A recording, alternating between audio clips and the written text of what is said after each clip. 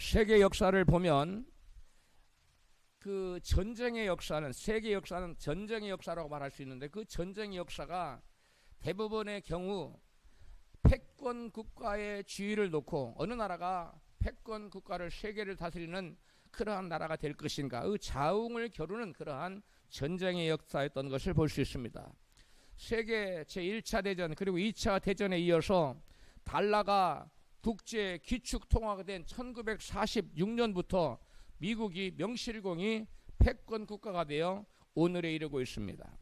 근대에 이르러 포르투갈, 스페인, 네덜란드, 프랑스, 영국 그리고 미국 순으로 세계 패권 국가가 이어져 오고 있는데요. 세계 역사는 해양과 군사, 경제의 패권을 차지하게 된 이 나라들이 패권 국가가 될 때와 그 패권국의 지위를 잃어버릴 때의 공통점을 보여주고 있습니다. 그것은 바로 이들 패권 국가가 국가적으로 교회가 부흥되고 국민들의 신앙이 부흥할 때 패권을 차지하게 되었다는 것입니다. 그러다가 이들 나라가 국가적으로 교회가 타락하고 신앙의 백성들의, 국민들의 신앙이 쇠퇴할 때 세계 패권국의 지위를 잃게 되었다는 점입니다. 16세기 초반에 근대에 이르러 가장 먼저 포르투갈이 세계 해양권을 차지하면서 세계 바다를 제패하면서 해양 패권 국가로 등극합니다. 그러다가 중반에, 16세기 중반에는 스페인이 세계 해양권과 또 경제 패권을 차지하게 되었습니다. 그러다가 17세기 초반에 스페인으로부터 네덜란드가 독립하면서 해양 패권국과 그 다음에 경제 패권국의 지위를 넘겨받게 됩니다. 여전히 스페인이 군사 패권은 가지고 있었는데 17세기 중반에 이르러서 프랑스가 스페인과 전쟁에서 승리함으로써 군사 패권을 차지하여 향후 100여 년간 군사 패권 국가로 세계에 군림하게 됩니다. 그리고 18세기 중반에는 영국이 프랑스와의 그 전쟁에 승리함으로써 그동안 프랑스가 누렸던 모든 해양 패권, 그 다음에 경제 패권, 군사 패권 등 모든 패권을 송두리째 차지하게 됩니다. 그런데 포르투갈, 스페인, 영국 같은 나라가 패권을 차지하기 전에 해적질 해먹고 사는 바이킹족들이었다는 것입니다. 다케마 이삼이라는 학자는 그 세계 각국이 어떻게 패권 국가가 되었는가를 연구했는데, 그 연구 결과 영국이 세계 해양 패권을 차지하게 된 그 결정적인 원인이 뭐였냐, 자국의 그 엄청나게 많은 해적단들을 바로 자국의 해양 군대로 편입해서 활용했기 때문이라고 밝히고 있습니다. 영국은 자국의 그 어마어마한 해적단들을 타국의 군대, 해양 군대를 물리치는데 군사를 활용하여 해적단을 물리쳐서 해양 패권을 차지할 수가 있었다는 것입니다. 해적질로 살아가던 별 볼 일 없는 사람들조차도 복음을 받아들여 말씀으로 살아가니까 패권 국가가 되었다는 것입니다. 오늘날로 말하면 아프리카의 소말리아 사람들이 너무 가난하고 비난하여 먹고 살 것이 없으니까 그 일대를 지나가는 그 수많은 나라의 상선들을 약탈해서 해적지를 먹고 살아가는 그러한 나라였다는 거예요. 그래서 여러분 생각해 보세요. 오늘날 소말리아와 같은 그렇게 가난한 사람들이 세계 패권 국가가 된다는 건 꿈도 꿀 수 없는 겁니다. 그런데 바로 그렇게 연약한 조그만한 섬나라, 먹을 것이 없는 빈약한 조그만한 나라의 조그만 섬나라 영국이 해가 지지 않는 세계를 제패하는 강대한 나라로 등극할 수 있었던 원인은 바로 무엇이냐, 그 나라가 복음을 받아들이고 복음 받아들이는 끝이지 않고 말씀으로 살아가는데 총력을 기울였기 때문에 그 조그만한 나라, 힘없는 나라, 별 볼 일 없는 나라, 해적질을 해먹고 살던 그 나라가 영국이 여러분 세계 각국의 식민지를 다 개척을 해서 여기서 해가 지면 저기서 해가 뜨고 계속 해가 지지 않는 그러한 강대한 국가로 200여 년을 여러분 세계를 호령하는 나라가 되었다는 것입니다. 아무리 힘없고 나약한 한 국가를 할지라도, 또 가정이라 할지라도, 그리고 한 개인이라 할지라도 복음 받아들이고 말씀으로 살면, 따라합시다. 말씀으로 살면, 말씀으로 살기만 하면 그 사람들은 위대한 인생이 된다는 것입니다. 할렐루야. 말씀으로 살면 그 사람이 어떠한 처지가 지금 형부터 처지가 지금 어떠하든지 간에 그 사람은 한 국가, 그 별 볼 일 없는 나라, 그 찢어지게 가난한 나라가 세계를 제패하는 여러분 패권 국가가 되듯이 한 개인이나 가정도 복음 받아들이고 그 말씀을 붙잡고 말씀으로 살면 그 인생과 가정과 국가의 운명이 송두리째 근본적으로 바뀌어버린다는 것입니다. 할렐루야.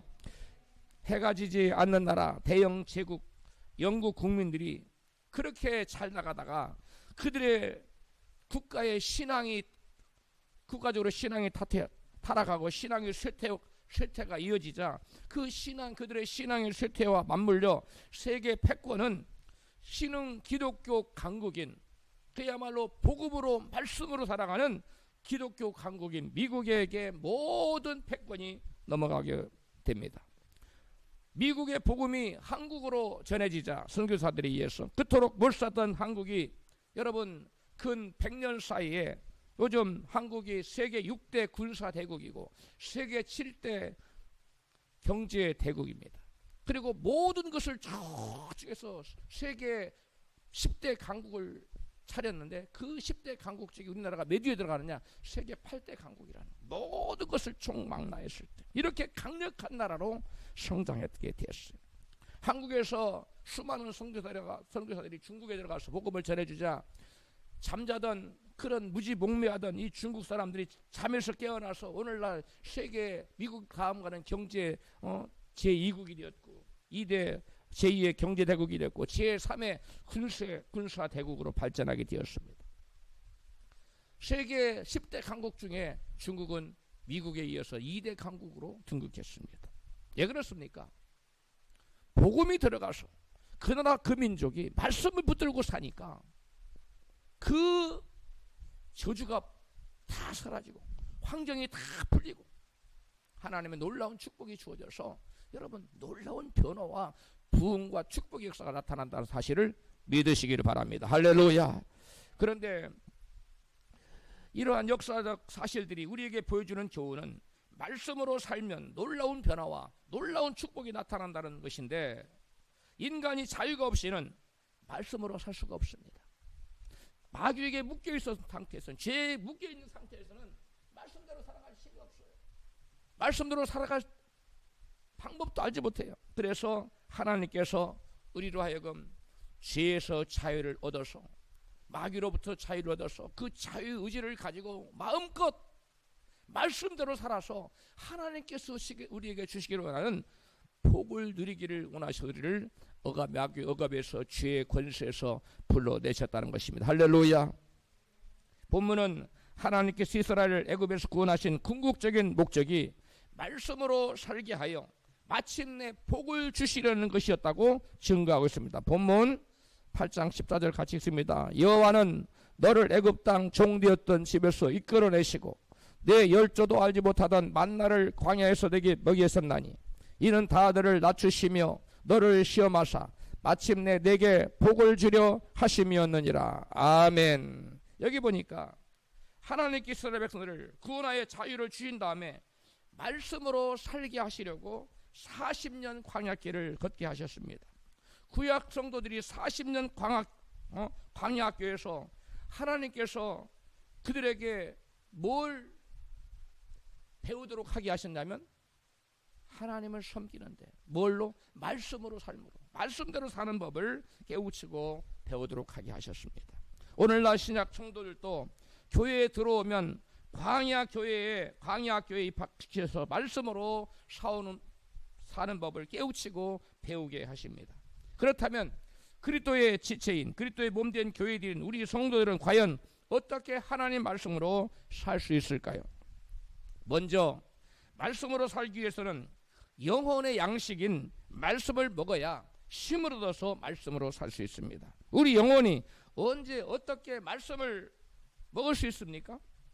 하나님 백성들은 가장 기본적으로 예배 시간에 하나님으로부터 영혼의 양식인 만나를 하늘에서 주셔서 이 만나, 즉 하나님의 레마의 음성, 레마의 말씀을 듣고 우리가 하나님의 양식, 영의 양식을 먹을 수가 있는 것입니다. 주일 예배, 또 수요 예배, 금요 예배, 매일 새벽 예배 시간에 말씀을 먹고 또 그 말씀을 다시 들어서 말씀을 되새김질하여 말씀을 먹고 또 말씀을 먹습니다. 그 외에도 또 성경 통독, 또 성경 공부, 큐티 등을 통하여 영혼의 양식인 말씀을 먹음으로써 말씀으로 살 수 있게 되는 것입니다. 따라서 성도들이 예배에 빠지는 것은 마치 매일 정기적으로 먹는 식사를 거르는 것과 같다고 볼 수가 있습니다. 그러면 하나님께서 원하시는 말씀으로 살아갈 힘을 점점 잃게 되고 육신적인 방법인 떡으로만 살아갈 방법을 사람들은 찾게 되어 있습니다. 골프나 야구 선수들에게 있어서 실력을 내고 성적을 내는데 가장 중요한 게 뭡니까?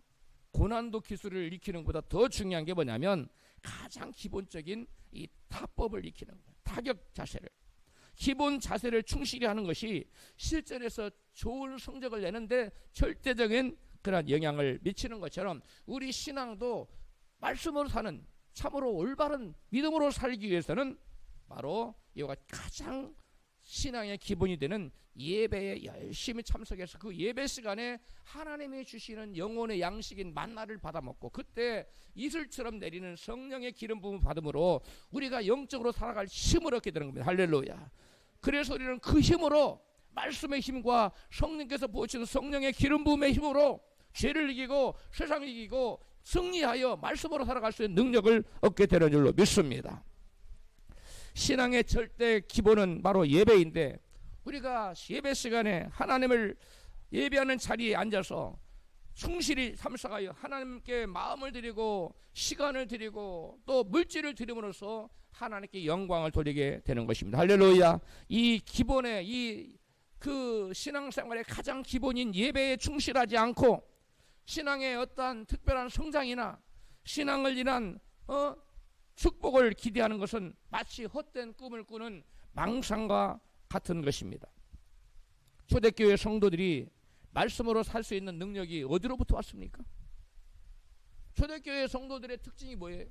모이기에 힘쓰고 예배에 힘썼다는 것이 초대교회의 특징 중에 특징입니다. 같이 읽습니다. 사도행전 2장 42절입니다. 같이 저희가 사도의 가르침 받아 서로 교제하며 떡을 떼며 이 떡을 떼면 성찬식 했다는 거예요. 기도하기를 전혀 힘쓰니라.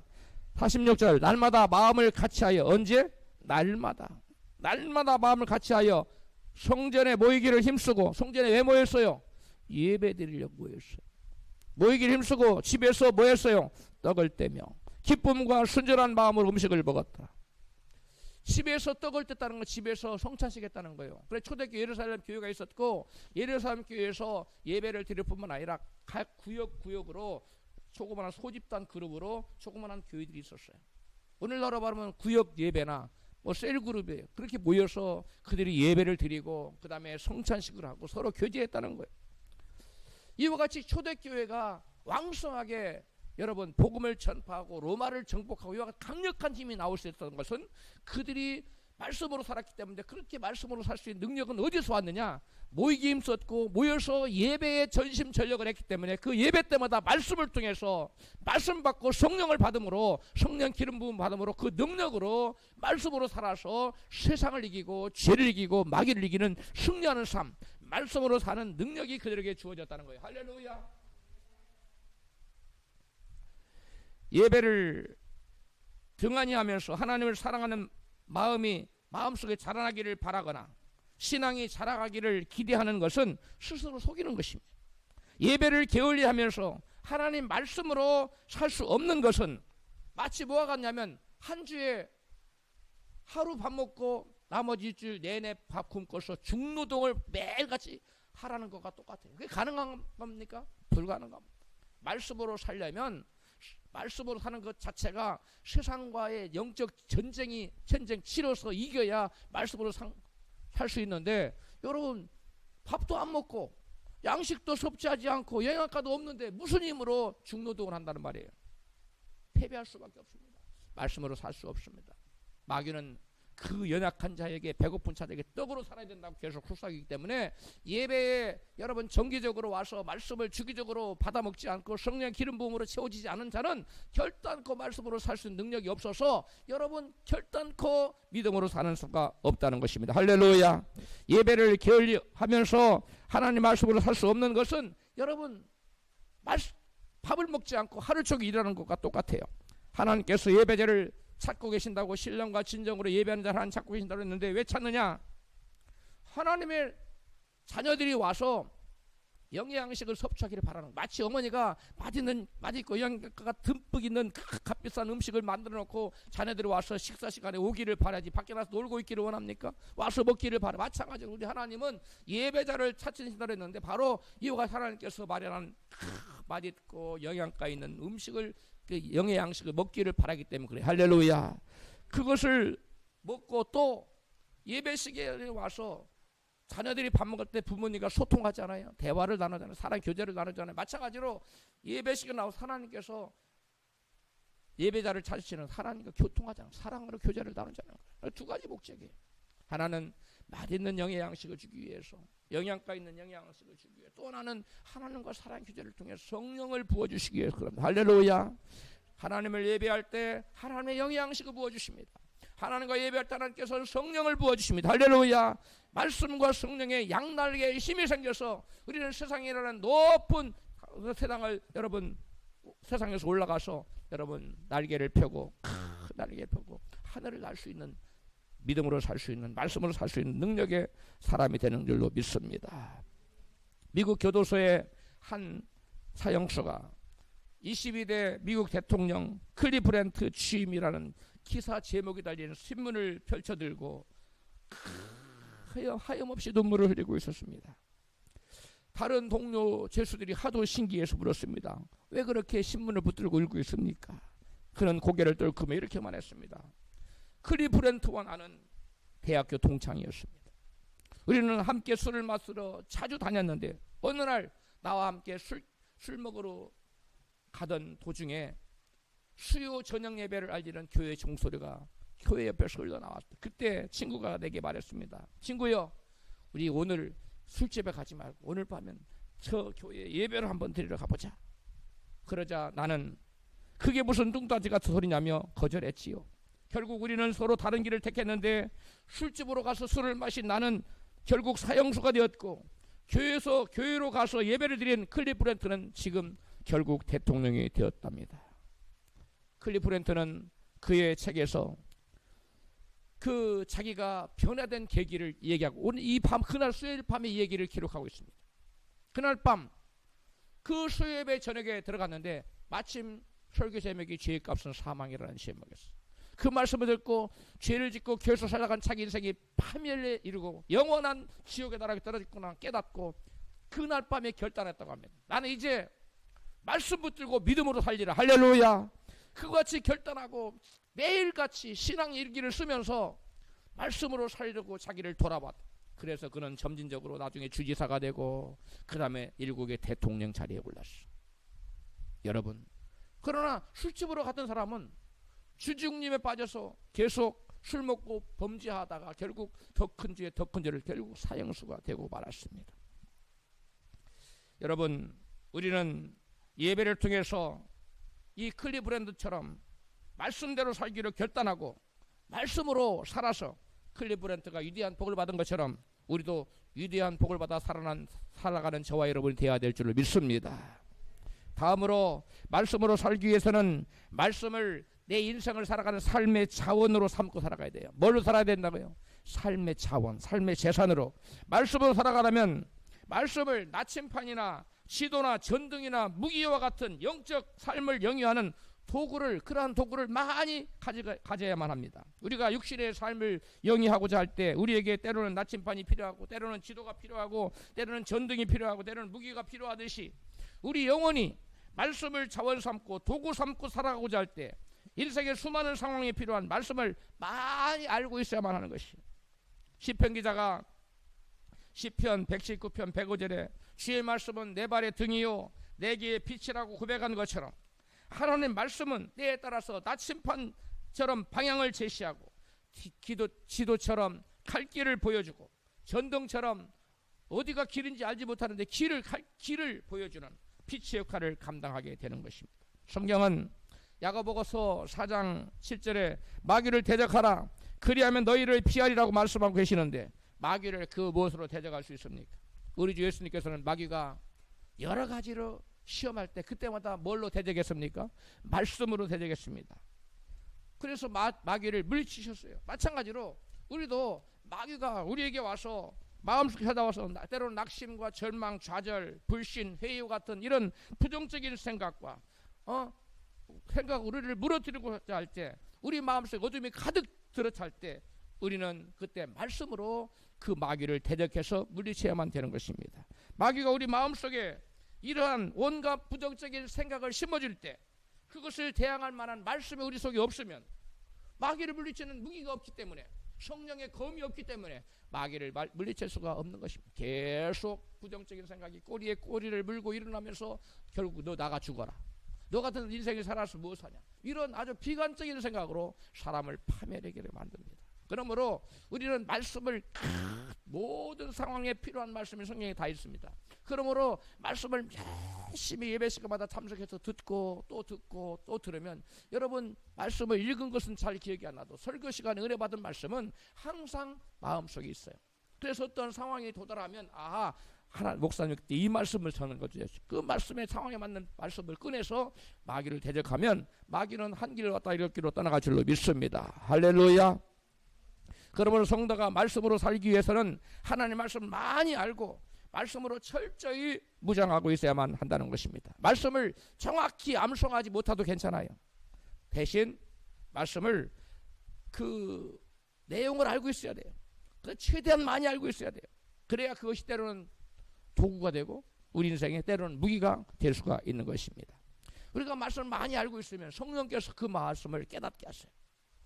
얘가 이런 경우 어떻게 해야 되지? 물론 기도할 때도 깨닫게 하시지만 그냥 생각으로 어떻게 하면 좋을까? 궁리할 때 성령님은 번뜩 불현듯 말씀을 떠올리게 하셔서 길을 밝혀주세요. 그런데 말씀이 없어. 들은 게 없어요.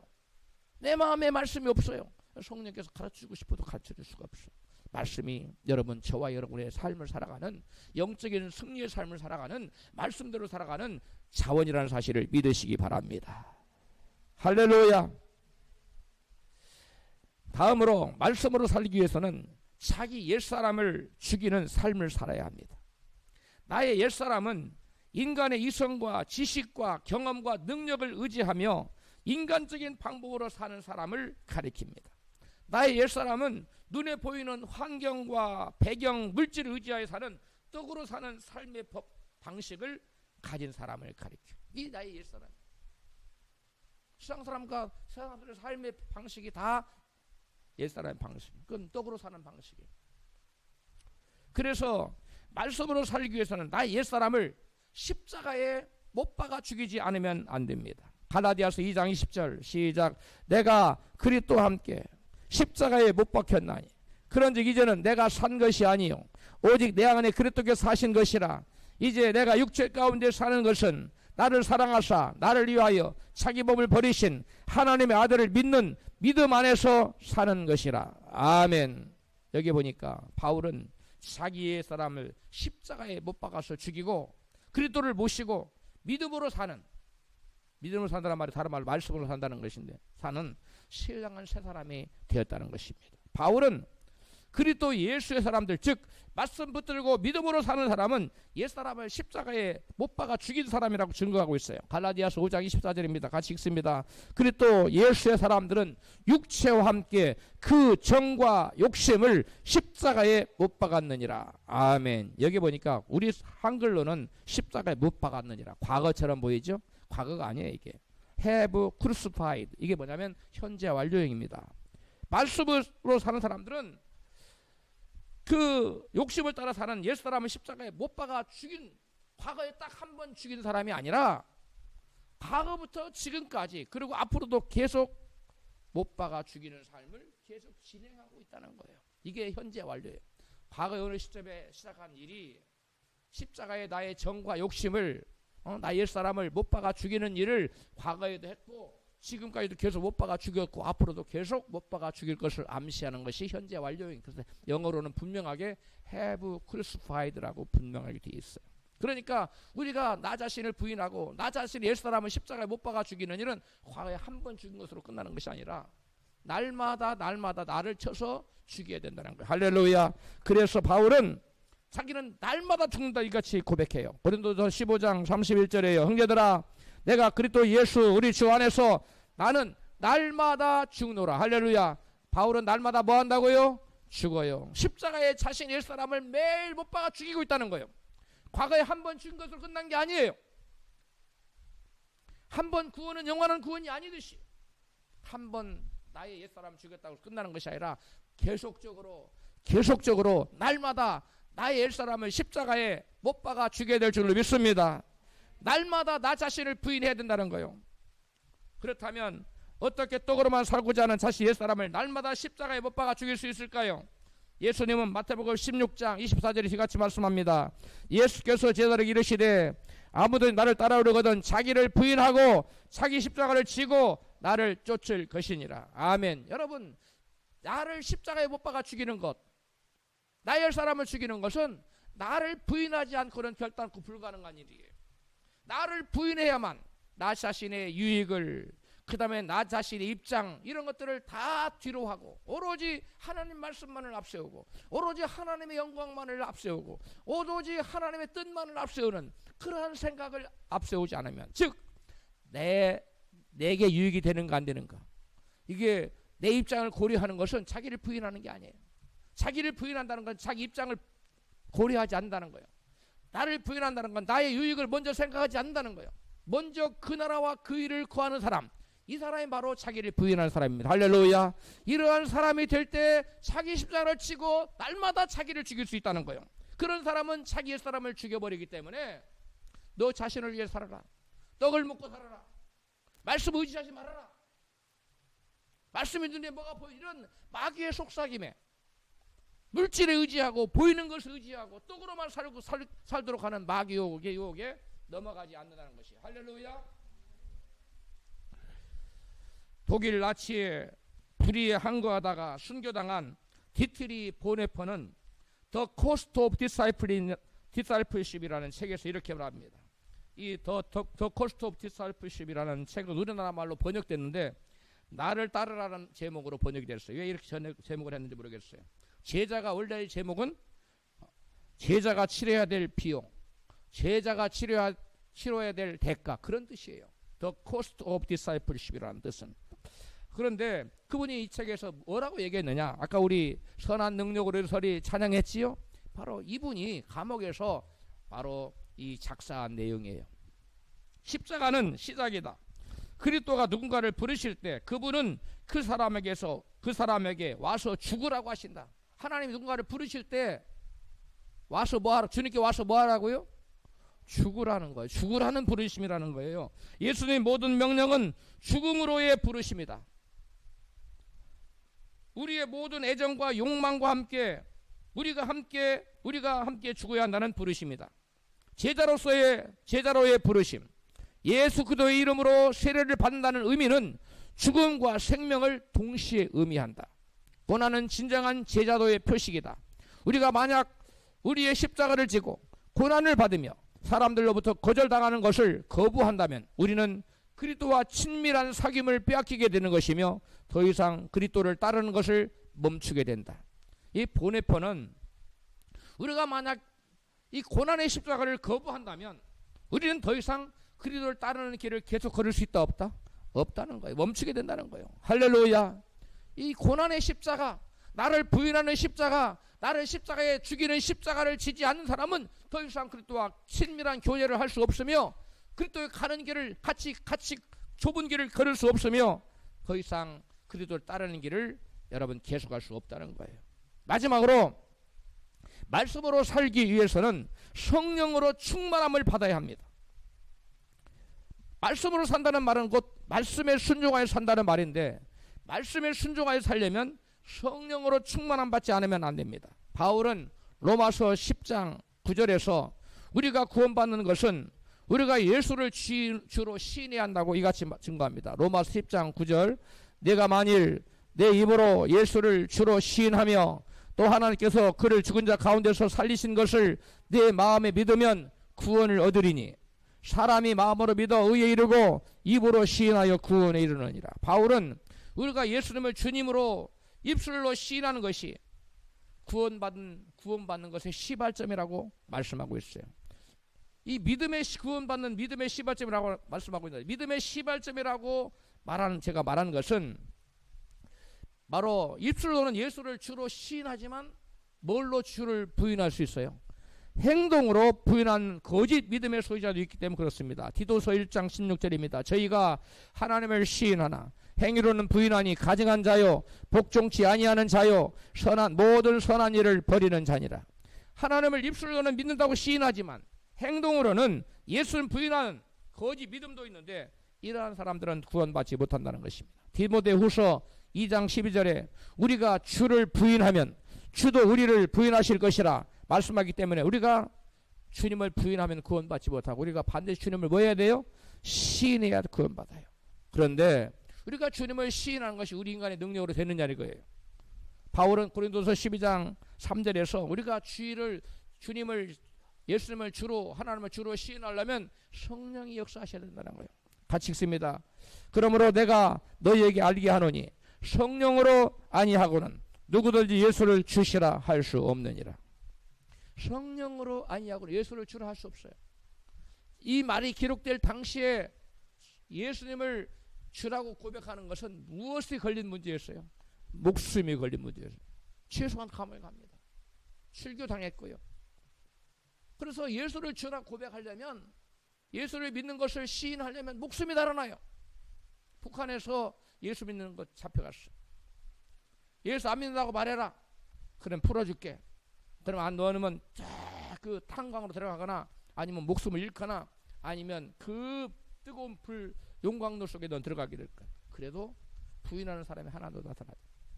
왜? 주를 부인하면 하나님도 너를 뭐 하리라? 부인하리라. 여러분, 이 말씀으로 산다는 것이 결코 쉬운 것이 아니에요. 주님을 시인한다는 것이 결코 쉬운 것이 아니에요. 그런데 그 주님을 시인하게 하는 능력이 누구로부터 온다? 성령으로부터. 그러므로 우리가 말씀으로 살려면, 믿음으로 살려면 성령 충만하지 않고는 불가능하다는 거예요. 성령으로 아니하고는 예수님을 주로 모시고 사는 신앙의 첫걸음조차 뗄 수 없기 때문에 여러분, 성령 충만하지 않고는 여러분 말씀으로 살아갈 수가 없어요. 믿음으로 살아갈 수가 없는 것입니다. 하나님께서 말씀으로 사는 법을 가르치시려고 광야 학교를 보내시는데 그 말씀으로 사는 법이 곧 믿음으로 사는 법입니다. 그런데 그 믿음으로 사는 것이 성령으로 아니하고는 뭐하다? 불가능하다는 거예요. 따라서 우리가 말씀으로 살려면 반드시 성령님의 인도와 지도와 성령님의 능력이 필요해요. 도우심 필요해요. 삶 가운데 항상 예수 그리스도를 나의 주님이라고 시인할 수 있으려면 성령님의 도움과 인도가 필요한데, 바로 성령님의 인도와 도움이 언제 누구에게 나타나냐? 성령 충만한 사람에게 나타나요. 우리 옆에 계신 분에게 성령 충만한 사람이 되십시오. 할렐루야. 우리가 성령의 충만함 받지 못한 사람은 하나님의 음성을 들을 수 없어요. 여러분, 설교 말씀 듣는다고 다 그 사람들 하나님의 음성, 레마의 음성을 듣는 게 아니에요. 그냥 로고스로의 말씀을 들을 수 있지만 하나님이 내게 주신 말씀, 레마의 음성을 듣지 못해요. 근데 우리에게 필요한 말씀은 로고스가 아니라 나의 삶을 인도하는 것은 레마의 말씀입니다. 할렐루야. 우리의 삶을 여러분 승리의 길로, 축복의 길로, 하나님께 영광 돌린 길로 인도하는 이 길은 바로 하나님께서 우리에게 주신 레마의 음성이 인도하는 건데, 이 레마의 음성은 누가 들을 수 있느냐? 성령으로 충만한 자가 들을 수 있어요. 하나님 말씀을 들었다고 다 그 말씀을 실천하지 않습니다. 하나님 말씀이 사는 길과 죽는 길을 가르쳐줬는데, 어떤 사람은 사는 길을 가르쳐줘도 그 하나님 말씀을 안 믿어. 그리고 그 길로 안 가서 죽을 길을 택해. 그 사람이 누굽니까? 아방 같은 사람이죠. 분명히 선지자를 통해서 당신이 전쟁에 나가면 죽습니다. 그런데 꾸역꾸역 그 길로 가. 그 하나님 말씀을 안 믿었기 때문에. 왜 그래요? 성령의 조명이 없어서 그래요. 말씀을 받는다고 다 하나님의 음성을 듣는 게 아니에요. 말씀을 듣는다고 다 하나님의 레마의 음성을 듣는 게 아니에요. 성령 충만한 사람이 많이 성령의 조명을 받아서 아 저게 하나님 말씀이구나, 아 저 말씀대로 살아야 되는구나 하고 결단하고 변화돼서 생명의 길을 택하고 축복의 길을 택하는 거예요. 그러나 성령 충만하지 못한 사람 말씀 받아도 레마의 음성으로 안 들려. 그냥 로고스 말씀 여전히 어느 때와 어느 때 들려도 말씀 똑같은 말씀이겠지. 그래 아멘 할렐루야 뭐 그렇구나. 그리고 말씀이 제시하는 길을 안 가. 그러다가 죽는 길을 지가 택했죠. 여러분 잘 들으십시오. 우리가 왜 성령 충만 받지 않으면 안 되냐? 하나님의 레마의 음성, 하나님의 말씀 인도를 받을 수가 없어요. 그래서 생명의 길을 택하지 못하고 고작 결정한 거 죽음의 길을 택했지. 하나님 분명히 생명의 길을 말씀했는데 왜 그래요? 성령 인도를 받지 못해서 그래요. 말씀 인도를 레마의 음성을 듣지 못해서 그래요. 왜? 성령 충만하지 않기 때문에. 그러면 성령 충만해서 하나님 레마의 음성을 듣고 살 길을 택한 자는 누구냐? 아합왕과 반대로 여호사밧 왕이에요. 여호사밧 왕 시절에 이스라엘에 모압 족속과 암몬 족속과 그 다음에 마온 족속이 세일산 족속들이 이스라엘을 치러 왔어요. 그런데 그들을 막아낼 대항할 능력이 없었어요. 여호사밧 왕과 이스라엘에는. 나라가 바람 앞에 등불처럼 풍전등화예요. 그런 그 절체절명의 위기에 처하자 여호사밧 왕이 하나님께로 낯을 향하여 회개하면서 부르짖어 기도했어요. 금식하면서. 역대하 20장 12절에 같이 읽습니다. 하나님이여 우리를 치러 오는 이 큰 무리를 우리가 대적할 능력이 없고 어떻게 할 줄 알지 못하고 오직 주만 바라보나이다. 오직 뭐만 한다고 지금? 주님만 바라보. 하나님 저는 어떻게 할 수가 없어. 온 백성에게 금식을 선포하고 온 백성에게 부르짖어 기도를 하고 자기도 앞에 하나님 앞에 서서 금식하고 부르짖어 기도 간구하는 거예요. 그때 하나님 말씀을 사모하고 하나님의 인도를 구하니까 하나님께서 야하시엘이라는 선자에게 감동을 주셔요. 성령으로 임하세요. 그래서 그 말씀을 하나님 말씀을 전하게 하셔요. 그래서 역대하 20장 17절 같이 너희는 두려워하며 놀라지 말고 내일 저희를 마주 나가라.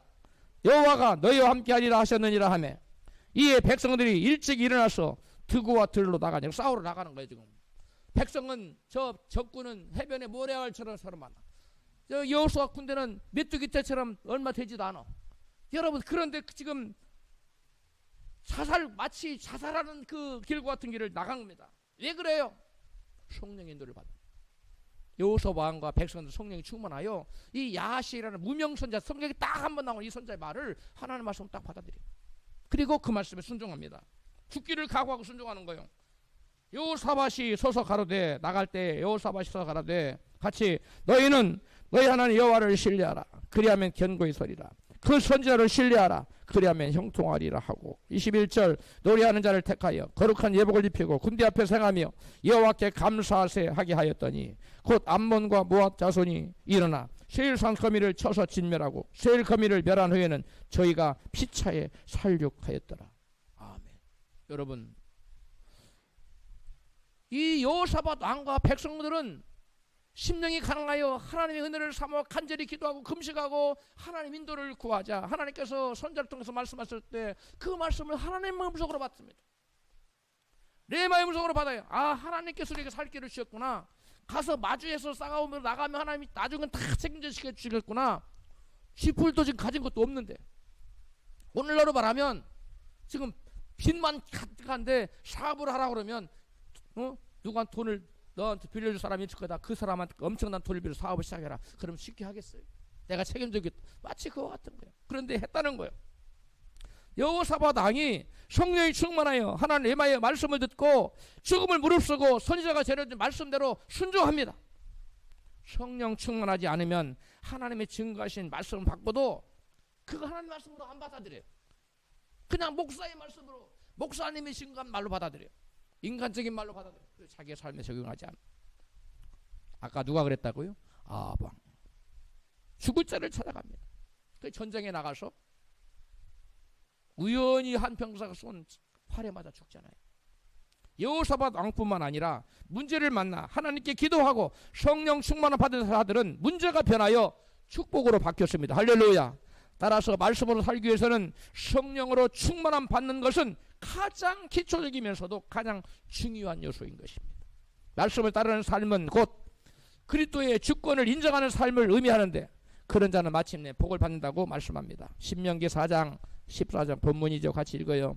여호와는 너를 애굽 땅 종되었던 집에서 끌어내시고 너를 인도하여 그 광대하고 위험한 광야 곧 풀뱀과 전갈이 있고 물이 없는 간조한 땅을 지나게 하셨으며 또 너를 위하여 물을 굳은 반석에서 내셨으며 또 내 열조도 알지 못하던 만나를 광야에서 내게 먹이셨나니 이는 다 너를 낮추시며 너를 시험하사 마침내 내게 복을 주려 하심이었느니라. 마침내 뭘 주시려고?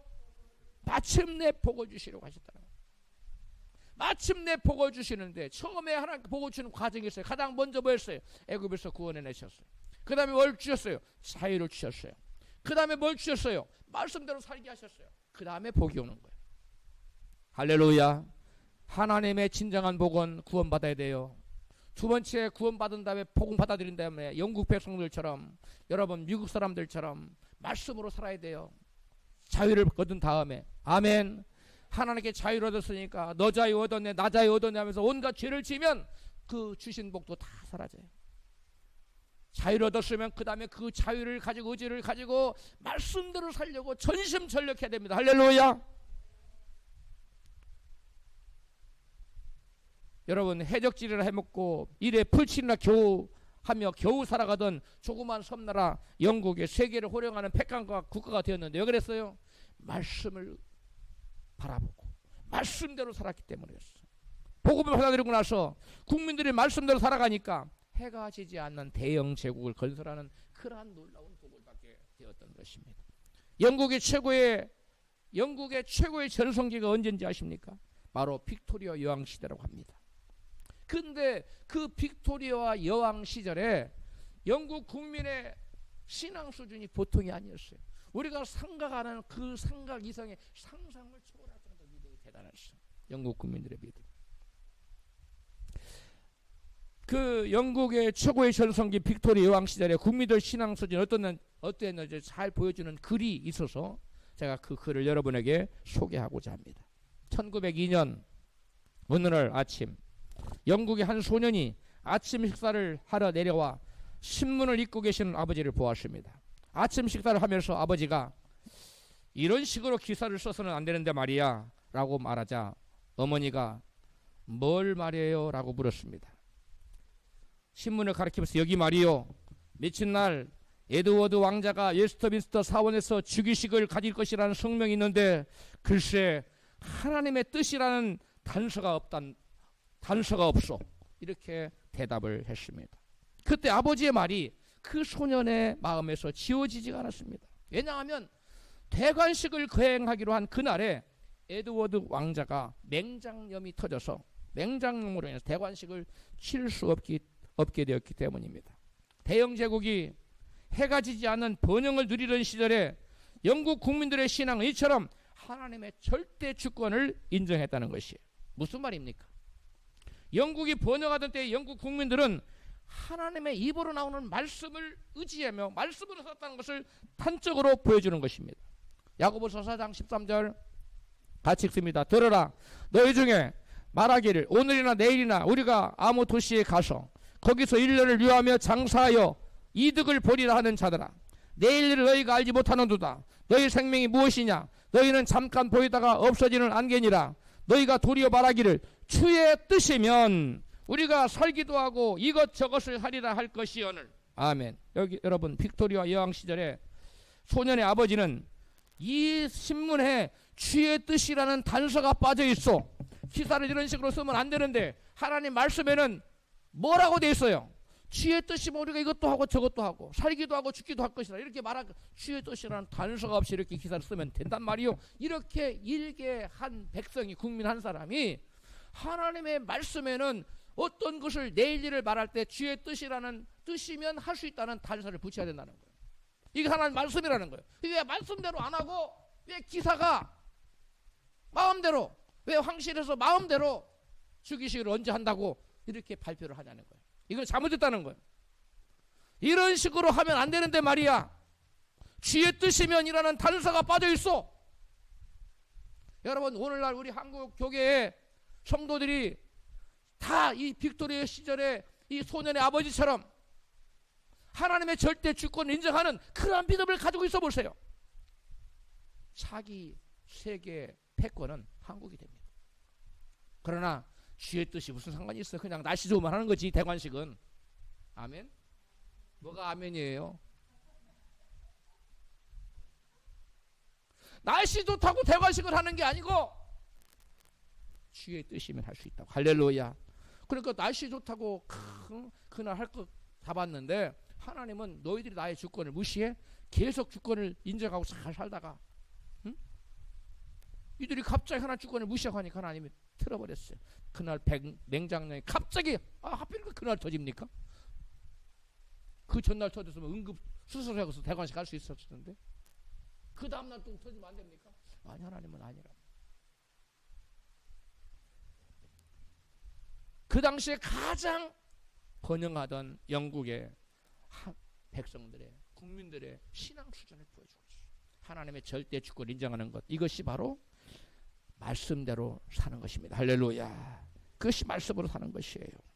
한 국가뿐만 아니라 한 개인이나 한 가정도 하나님의 주권을 인정하고 말씀으로 살면 하나님의 복을 받습니다. 사무엘하 6장 11절입니다. 시작. 여호와의 언약궤가 가드 사람 오베데돔의 집에 석 달을 있었는데 여호와께서 오베데돔과 그 온 집에 복을 주시니라. 여호와의 언약궤 안에는 성경 전체 요약이라고 할 수 있는 10계명을 새겨놓은 돌판이 들어있었어요. 즉 언약궤를 가정에 모시고 있었다는 것은 그 가정에 뭘 모시고 있었다는 걸 의미합니까? 하나님의 말씀을 의식하고 있었다는 것. 즉 말씀을 의지하고 말씀 모시고 있었고 말씀을 바라보고 있었고 말씀대로 살았다는 것이고 말씀으로 살았다는 것을 상징하고 있는 거예요. 할렐루야. 그러자 오베데돔 가정 하나님께서 복을 주시고 모든 소유에게 복을 주셨다는 거예요. 3개월, 오래 걸리지도 않아요. 3개월.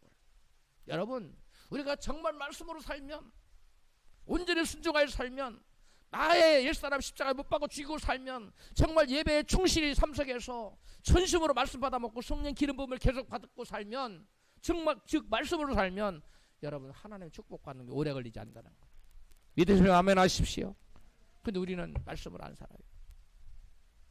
자꾸 나의 옛사람의 삶을 막 떡으로 살고 예배를 등한히 하고 나의 옛사람을 계속 살려내고 살아가면 되지 않고, 그러니까 여러분 그런 사람에게는 하나님의 예비하신 복이 임하지 않는다는 거예요.